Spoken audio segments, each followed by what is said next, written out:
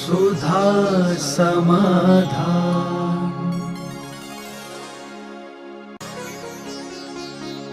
नमोस्तु गुरुदेव। अष्टमी चतुर्दशी को हम भक्तामर स्तोत्र का पाठ करते हैं और कुछ व्यक्ति इसका विरोध करते हैं, तो ऐसी स्थिति में हमें क्या करना चाहिए? विरोध क्यों करते? उनसे पूछो भाई, विरोध आपका क्यों है? हेतु बताओ, विरोध हम वैसे बता देंगे। उनका पर्पस क्या है? शास्त्रों में ये भी नहीं लिखा कि मंदिर में पंखा होना चाहिए। शास्त्रों में ये भी नहीं लिखा कि मंदिर में लाइट होना चाहिए। शास्त्रों में ये भी नहीं लिखा कि ये क्या टांगे हुए हैं, फुगे फुगे, ये होना चाहिए। कितनी चीजें हैं जो शास्त्र में। पंखा लगा है, उस पर कभी विकल्प नहीं गया कि पंखा शास्त्र में लिखा नहीं है, लेकिन पंखे लग रहे कि नहीं? शास्त्रों में लिखा है, क्यों नहीं लिखा? हर चीज को दीप जलाकर अनुष्ठान करने का उल्लेख है। हमारे यहाँ दीप को, कलश को मंगल माना गया। एक दीप प्रकाश के लिए जलता है, एक दीप पूजा के लिए जलता है, और एक दीप शगुन के लिए जलता है। तीन खो गए ना। एक दीप जलता है प्रकाश के लिए, भाई उजेला चाहिए। एक दीप जलता है चढ़ाने के लिए, ओम ह्रीम मोहंधकार विनाशनाय। और एक दीप जलता है शगुन के लिए। जैसे आप ये दीप रखे हैं यहाँ पर, ये चढ़ाने के लिए नहीं है, ये उजाले के लिए नहीं है, ये शगुन के लिए है, मंगलाचरण के लिए है। तो जो हम दीप जलाते हैं भक्तांबर आदि में, ये शगुन के लिए जलते हैं, शुभ के लिए जलते। उन दीपों को हम चढ़ाते नहीं हैं। हम ये कह रहे हैं कि एक एक जो श्लोक है वह दीपक के समान सारे जगत को प्रकाश देने वाला है, तो ये मंगल के रूप में चढ़ाए जाते हैं। अब उनको ये कहें यदि व्यक्ति जब, तो उनको यही कह देना, भाई साहब पंखे के नीचे मत बैठो, आगम में नहीं लिखाया है ऐसा। नमोस्तु गुरुदेव। मैं बहुत समय से अभिषेक पूजन आदि क्रियाएं करता आ रहा हूँ और मुझे महाराज जी के आहार विहार में भी जाना पड़ता है, तो ऐसी स्थिति में हमें क्या करना चाहिए? जीवन में बहुत सारे कार्य व्यस्त रहते हैं, ऐसे समय आ जाते हैं। कभी ऐसा हुआ कि आप स्नान तो कर लिया लेकिन भोजन नहीं कर पाए? बहुत व्यस्तता के समय, बहुत व्यस्तता, इतनी व्यस्तता है, बहुत ज़्यादा व्यस्तता है। व्यस्तता के दिन तो तुम्हारी जिंदगी में आए होंगे, पर ऐसा कभी हुआ कि नहा तो लिया लेकिन भोजन नहीं कर पाए? कभी कभी होता महाराज जी, कभी कभी हो जाता। तो कभी कभी हो जाता है, तो जिस दिन उपवास हो जाए उस दिन यहाँ पूजा का उपवास हो जाएगा, क्या बात होगी? हमेशा जब हम भोजन का जैसे तैसे समय निकालते थे, थोड़ा निकालते, जो कुछ खाते, इसी प्रकार बड़ी पूजा नहीं कर पाओ तो उदक चंदन की तो कर लो कम से कम। आज तो चलेगा, और क्या। आप देखो, आप लोग सब प्रकार की पूजाएं करते हो मंदिर में। चौके में मुनिराज की पूजा कैसे करते हो? तो बस छोटी पूजा है, कर लो, नाश्ता तो करो कम से कम, पूजा नहीं कर सकते तो। नमोस्तु गुरुदेव। मंदिरों में पुण्यार्जक श्रावक ही शांति धारा करते हैं, तो क्या अन्य श्रावक शांति धारा कलश में हाथ लगा सकते हैं? हाथ लगाना उचित नहीं है, हाथ जोड़ना उचित है। नमोस्तु गुरुदेव। जब हमारा मन नियंत्रित होता है तब मन मित्र बन जाता है, लेकिन वही मन जब अनियंत्रित होता है तो वह शत्रु क्यों बन जाता है? नियंत्रित मन यदि है तो हमारे लिए नुकसानदायक है ही, क्योंकि अनियंत्रित मन जो है गलत कार्यों में जाएगा, और वो गलत तब है जैसे कि कोई भी जानवर है, हाथी है, घोड़ा है, यदि वो अनियंत्रित हो जाए तो काबू में नहीं आता। इसलिए मन को नियंत्रित रखना ही, नियंत्रित रखने का अर्थ उसे बांध करके नहीं रखना। जैसे हमने प्रातः काल का, मन को रोकोगे वो और बुद्रूप होगा। मन को ऐसी गति दो, ऐसी गति दो जिससे उसको लगे कि ये मन जो है हमारे लिए रोका नहीं जा रहा है, हमारे लिए स्थान दिया जा रहा है। कभी कभी एक्सीडेंट करने वाले जो ड्राइवर होते हैं जब उनके ब्रेक फेल हो जाते हैं, अनियंत्रित गाड़ी हो जाती है, तो वो ब्रेक पे पैर तो अब रखना सवाल ही नहीं है, पर ऐसी कुशलता से ले जाते हैं, कहीं मिट्टी के टीले पे चढ़ा देंगे, कहीं ऐसी जगह अपने चले। तो अनियंत्रित गाड़ी को जैसे ड्राइवर एक्सीडेंट से बचा करके उसको ऐसी जगह पटक देते हैं जिससे दोनों काम हो जाते हैं, इसी प्रकार कुशल जो ड्राइवर होता है अपने अनियंत्रित मन को ऐसी स्थान पर उठा के पटक देता है जहां मन भी शांत हो जाता है और दुर्घटना भी नहीं होती। नमोस्तु गुरुदेव। सर्वार्थ सिद्धि ग्रंथ में प्रथम अध्याय में आगम जीव और नौ आगम जीव का क्या अर्थ है? और नो आगम, ये दो शब्द जैनाचार्यों के एक रूढ़ अर्थ है। आगम शब्द उसके लिए परिभाषित किया गया है जो हमें किसी वस्तु का ज्ञान तो है, जैसे तत्वार सूत्र का ज्ञान है, लेकिन वर्तमान में हम तत्वार सूत्र पूजा कर रहे हैं, तो हम उस ज्ञान आगम के ज्ञाता हैं, लेकिन वर्तमान में उपयोग नहीं है। वर्तमान में उपयोग क्या है? पूजा में। तो पूजा करते समय क्या सर्वार्थ सिद्धि का हमें ज्ञान है कि नहीं है, लेकिन उपयोग में नहीं है। नो आगम कहते हैं आगम का ज्ञान भी है और उसमें उपयोग भी है, सर्वार्थ सिद्धि का ज्ञान भी है और हम सर्वार्थ सिद्धि की चर्चा भी कर रहे हैं, उसको नो आगम बोलते हैं। आगम यानी परंपरा में है, पड़ा हुआ है, लेकिन वर्तमान में हमारे उपयोग में नहीं है, इसलिए आगम और नो आगम की परिभाषा। अब आगम में भी यही है, वस्तु की जो द्रव्य वस्तु है वो वस्तु हमारे ज्ञान में पड़ी हुई है। जैसे मान लो ये चश्मा है, यहाँ पड़ा हुआ है कि नहीं, लेकिन हमारे उपयोग नहीं कर रहा हूँ मैं इसका, और ये चश्मा है, ज्ञान है, और मैं उठा करके उपयोग कर रहा हूँ, तो ये हो गया अनुआगम। जब वस्तु का हम उपयोग करते हैं तो द्रव्य अनुआगम होता है, और जब वस्तु का हम उपयोग नहीं करते हैं लेकिन हमें मालूम है कि ये वस्तु देखने के काम आती है, तो वह द्रव्य आगम कहलाता है। ऐसा। नमोस्तु गुरुदेव। जैन युवती भागकर अजैन युवक से शादी कर लेती है, तो क्या उनकी जोड़ी ऊपर से बनकर आती है? समझ गए, समझ गए। लैला मजनुओं के ये प्रश्न हैं, और ये मैं उन्हीं से पूछा था। ऐसे ये केस हुआ था, तो बोले महाराज जी मैं क्या करूँ, जोड़ी रव से बन के आती है। मैंने कि रव से जोड़ी बन के आती है तो तलाक भी रव से बन के आती होगी। उस समय क्यों नहीं सोचते जब तकरार होती है? शादी करने के बाद ठीक है, शादी हुई, मान लिया मैंने कि ऊपर से बन के आई है, लेकिन जब झगड़े होते हैं, राग द्वेष होते हैं, मन मुटाव होते हैं, तब क्यों मन को नहीं समझाते कि जैसी भी है ऊपर से बन के आई है, हमें रखना है, तोड़ना नहीं है, हमें क्रोध नहीं करना, हमें कुछ भी नहीं करना।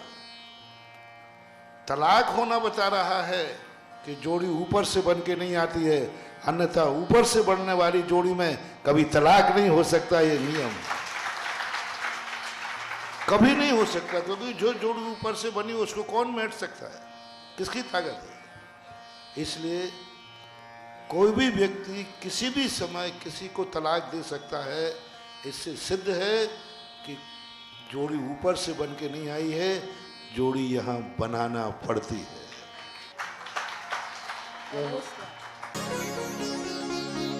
नमोस्तु गुरुदेव। श्रावक 16 कारण भावना के व्रतों की अपेक्षा चारित्र शुद्धि व्रत अधिक करते हैं, तो इन दोनों व्रतों में क्या अंतर है? 34 जो व्रत होते हैं, 12 से 34 जो है चारित्र शुद्धि व्रत कहलाता है, और ये 16 कारण भावनाएं अलग हैं, तीर्थंकर प्रकृति के बंध के कारण हैं। वो आत्म शुद्धि के लिए किए जाते हैं और ये पुण्य बंध के लिए किए जाते हैं, ये दोनों में अंतर। नमोस्तु गुरुदेव। भारत क्षेत्र के भारत देश में ही तीर्थंकरों का जन्म और मोक्ष क्यों होता है? वीआईपी व्यक्ति पूरे पंडाल में नहीं बैठता, वो आगे जो सफेद चादर बिछी रहती है उसी पे बैठता है। पूरे 3 लोक के अंदर वो इतने पवित्र हैं, इतने वीआईपी हैं कि 3 लोक में 2.5 द्वीप के अलावा उनके रहने लायक पवित्र स्थान है ही नहीं। बहुत पवित्र, 2.5 द्वीप से वाला। और इसमें भी अपने जम्बू द्वीप के अंदर भरत क्षेत्र में भी 5 मिलेक्ष खंड है। मिलेक्ष खंड यानी पुण्यहीन अपवित्र लोग जहाँ रहते हैं। मात्र आर्य खंड में ही पवित्र लोग रहते हैं। यहाँ के संस्कार, यहाँ का आचार और विचार पवित्र होने से वो आर्य खंड में ही जन्म लेते हैं, वहीं विहार करते हैं, वहीं पर निर्माण प्राप्त करते हैं। क्योंकि जैन दर्शन के सबसे बड़ा तीर्थंकर का बहुत बड़ा, हमने सभी दर्शनों में देखा, सभी के देखा कि कोई भी महान आत्मा जन्म लेती है किसी पापी को मारने के लिए। यत्र यत्र ग्लानिर्भवति, अधर्म का जब फैलाव होता है, पापियों का जब अत्याचार बढ़ते हैं, तो उस पापी को नाश करने के लिए किसी का अवतार होता है। लेकिन जैन दर्शन के जो तीर्थंकर जन्म लेते हैं, पापियों का नाश करने के लिए नहीं, पुण्यात्मा का उद्धार करने के लिए। पापी का नाश नहीं करते, कोई तीर्थंकर पापी का नाश नहीं करते, पुण्यात्मा का उद्धार करते। तो जहां पुण्यात्मा रहते हैं वहीं तो तीर्थंकर आएंगे। भगी भागन बस जोगे बशाय। नमोस्तु गुरुदेव। हम छात्राओं को स्वर्णिम भारत बनाने के लिए हमें कौन कौन से कर्तव्य निभाने चाहिए? देश की जो संस्कृति होती है, उस संस्कृति से अपने जीवन में संस्कारों को प्राप्त करें। और संस्कार जब हमारे जीवन में पनप जाए तो वो संस्कार इतना मजबूत हो कि पीछे आने वाला उसको संस्कृति बना दे, आदर्श बना ले। यही हमारे देश के प्रति कर्तव्य होना चाहिए। नमोस्तु गुरुदेव। वर्तमान में जैन समाज का राजनीतिक प्रतिनिधित्व नगण्य होता जा रहा है, जिससे समाज को बहुत परेशानी का सामना करना पड़ता है। तो हम इस समस्या को कैसे दूर करें? कारण है बाबू, पहला कारण है कि आज राजनीति इतनी गंदी हो गई है, इतनी गंदी हो गई है कि उस गंदगी में जैनी जाना नहीं चाहता। राजनीति इतनी गंदी हो गई है कि व्यक्ति प्रतिपक्ष में कब भी खड़ा हो जाए तो सामने वाला मारने का भाव करता है। प्रतिपक्ष व्यक्ति को जो सत्ता जीत जाती है फिर उस पर परेशान करता है, शोषण करता है, व्यापार, उसके व्यापार को दखल देता है। आपने देखा होगा जो पार्टी जीत जाती है और फिर जो पार्टी उसके विरुद्ध में थी, उसके जो विरुद्ध में पार्टी वाले जो फॉलोवर थे, उनको कितना परेशान किया जाता है। उनके व्यापार को, उनके धंधे को, उनको सबको बर्बाद कर देते। और कई बार तो ऐसा होता है कि उनको समाप्त कर देते। तो जैनी एक व्यापारी है, जैनी एक व्यापारी है। जैनी अपनी जिंदगी से बहुत प्यार करता है, अपने परिवार से बहुत मोह होता है। अब वो राजनीति में आते समय लगता है कि यदि मेरी पार्टी हार गई तो जीती हुई पार्टी मुझे बर्बाद कर देगी, मेरा तो व्यापार है। तो व्यापारी सबसे बड़ा कमजोर होता है, वो किसी पार्टी से बैर भाव नहीं ले सकता। एक कारण ये है। तीसरा कारण ये है कि हमारे यहाँ संगठन का अभाव है।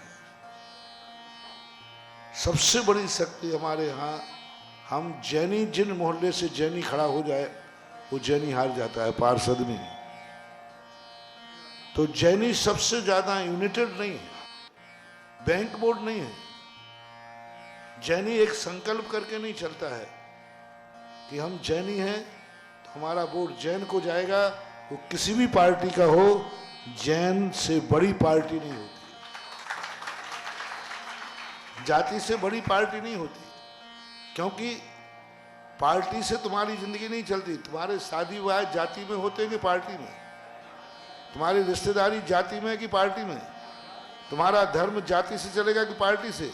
तो पार्टी से बड़ी होती है जाति, क्योंकि जाति हमारी संस्कृति है, संस्कार है। तो जब हमारी जाति का कोई व्यक्ति रहे तो पार्टी को सब गौण करके हमें अपनी जाति पर ही समर्पित होना चाहिए। ये संगठन जिस दिन जैनियों में आ जाएगा, जैनियों में राजनीति जैनीय का राजनीति में परचम लहरा जाएगा। नमोस्तु गुरुदेव। जैन समाज में मायाचारी और शरीर में रोग बढ़ते जा रहे हैं, तो ये हमारे कौन से कर्म का उदय है? जैनियों के अंदर जो माया है, उस माया के साथ जो दुर्गुण आ रहे हैं, अय्यासी आ रही है, उस कारण से लोग अपने आप में अस्वस्थ हो रहे हैं। दूसरा कारण है कि जैनी जो है शुद्ध है, और आज चारों तरफ से अशुद्ध हवाएं चल रही हैं। आज सब्जियां अशुद्ध हो गई, आज अनाज अशुद्ध हो गए। सबसे ज्यादा तुम्हारे घरों में टीबी है। एक अजैन के घर में, एक गरीब के घर में एक टीबी है, सारा परिवार देखता है। तुम्हारे हर कमरे में टीबी है, इतनी बरगनाएं एक साथ उस घर में आ रही। हर घर में एक टीबी है, वो एक अलग चीज हो गई। लेकिन आज तो हर कमरे में टीवी है। एक फोन होता था पहले, आज हर व्यक्ति के पास 2-2 मोबाइल, 3-3 मोबाइल हैं। ये सब रेजें आ रही हैं, और वो रेजें आकर के बीमार करती हैं।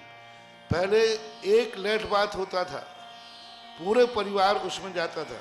पहले तो खुले में जाते थे। एक गरीब के यहाँ एक लेट बात है, पूरा परिवार जाता है। आज जैनियों के यहाँ जितने कमरे हैं, थोड़ा हाँ बोलो ना, मैं अंदाज से बोलो, जितने कमरे हैं उतने लेट बात है। आप कितना भी कुछ कर लीजिए, उसके वायरस बाहर आएंगे ही आएंगे, उसके कीटाणु अंदर आएंगे, बैक्टीरिया आएंगे। आज 4 कमरे हैं तो 4 लेट बात बने हुए हैं, और चारों। और आज दूसरा जरूर है कि लेट बात कमरे से अलग नहीं है, अटैच है। अब वो सो रहा है, लेट बात के जो टैंक, वो पाइप जहाँ से आपका लेट बात बनता है, वो टैंक तक गया कि नहीं? अब टैंक की जो गैस है, टैंक के जो वायरस हैं, वो उसी पाइप से आकर के तुम उसी कमरे में सो रहे हो, और वो आपकी श्वास के माध्यम से आपको बीमार कर रहा है। और ये स्थितियां आपकी बनती जा रही हैं। किचन से टच करके आपके लेट बात बने हुए हैं। तो अमीरी होने का जो दुरुपयोग हो रहा है, इससे पहला सुख छिन रहा है। प्रथम सुख निरोगी काया, दूजा सुख पो घर में माया, तीजा सुख हो सज्जन वासा, चौथा सुख हो सुत आज्ञाकारी, पंचम सुख हो कुलवंती नारी, षष्टम सुख हो मित्र घनेरे, सप्तम सुख हो सज्जन वासा। ये 8 सुख कहे गए हैं इंद्र के अंदर। नमोस्तु गुरुदेव। अरिहंत परमेष्ठी के 4 प्राण होते हैं, तो सिद्ध परमेष्ठी के कितने प्राण होते हैं? सिद्ध भगवान के ये जो 10 प्राण हैं, ये पौद्गलिक है। सुधा समाधान